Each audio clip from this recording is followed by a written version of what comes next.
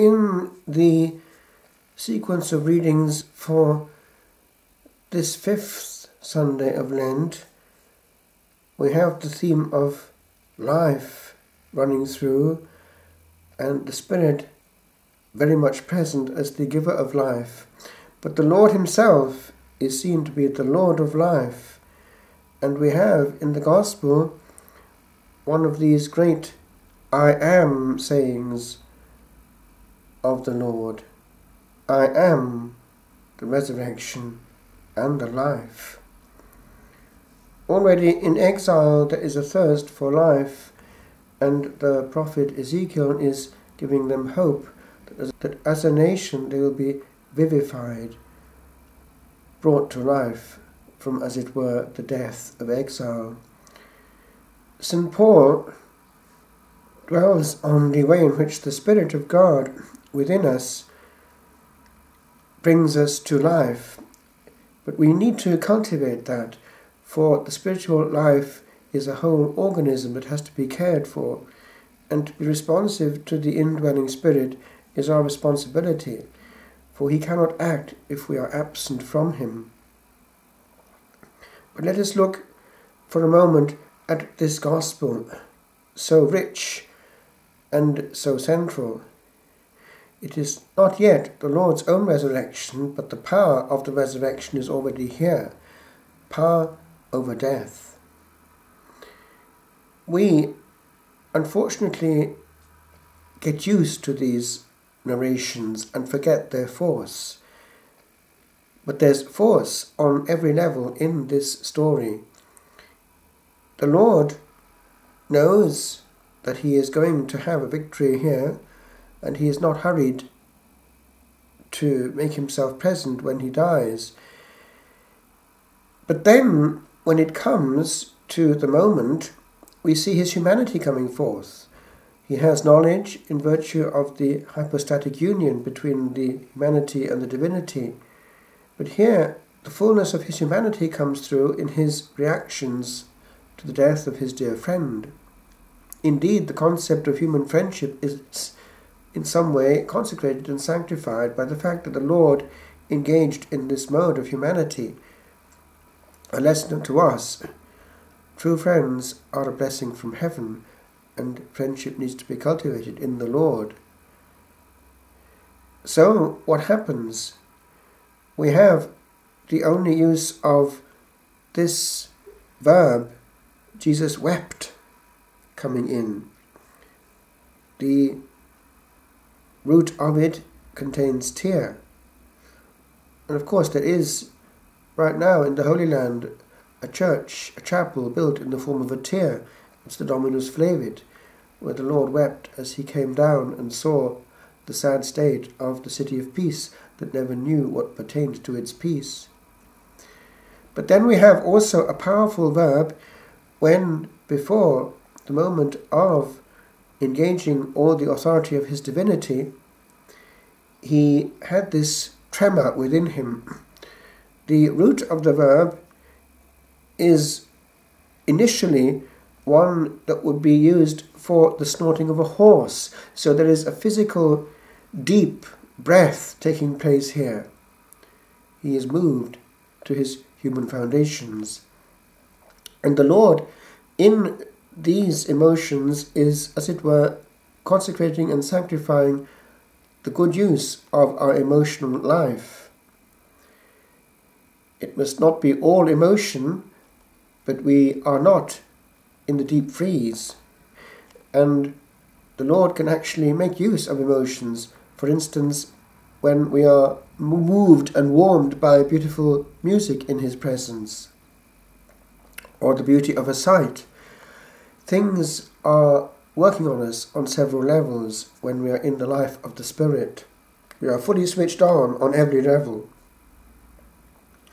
As Tertullian insisted, Nicil humanum alienum a me puto, Christianus sum, I am a Christian, and I esteem nothing human to be alien from me.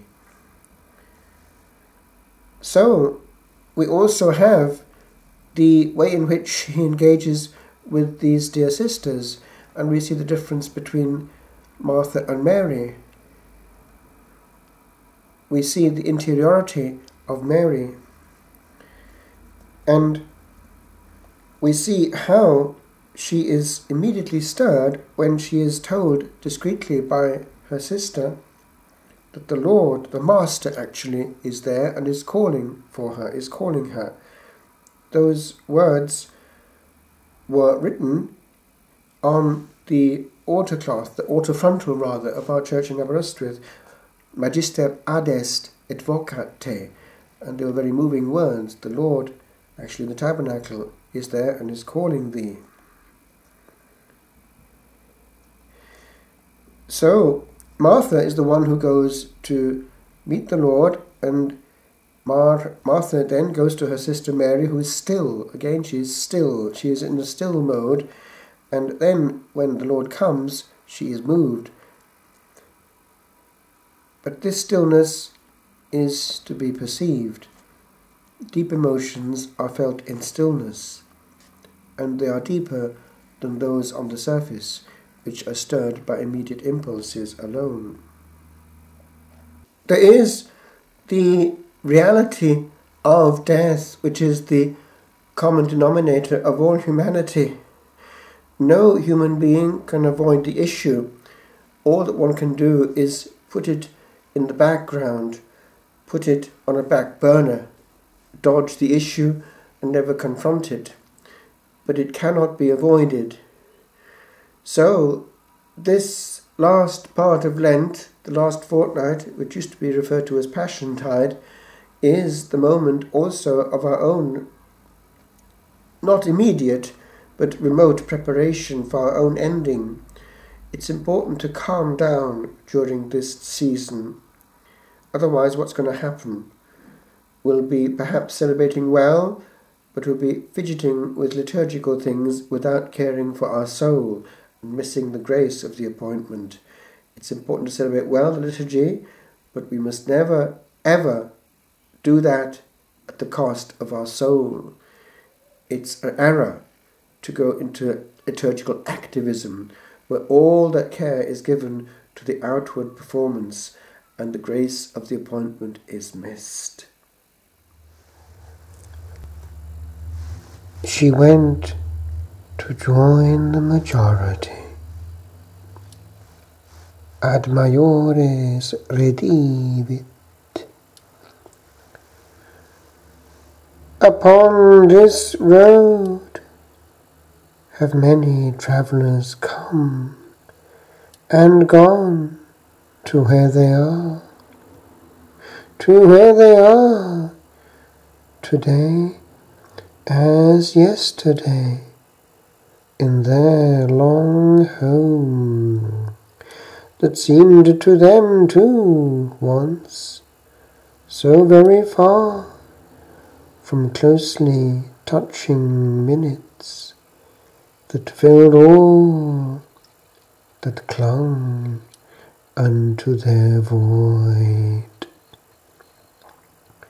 To where they are this night, as every night that shall e'er fall, and hold an untold dream no dawn can mar.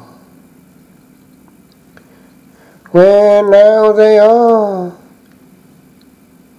O voyage quickly made, and seldom made again by those who go this mile not made of measure. Here is played the die that we cast once and ne'er more throw. There moves upon this shore a mystery, and moments matter, an eternity.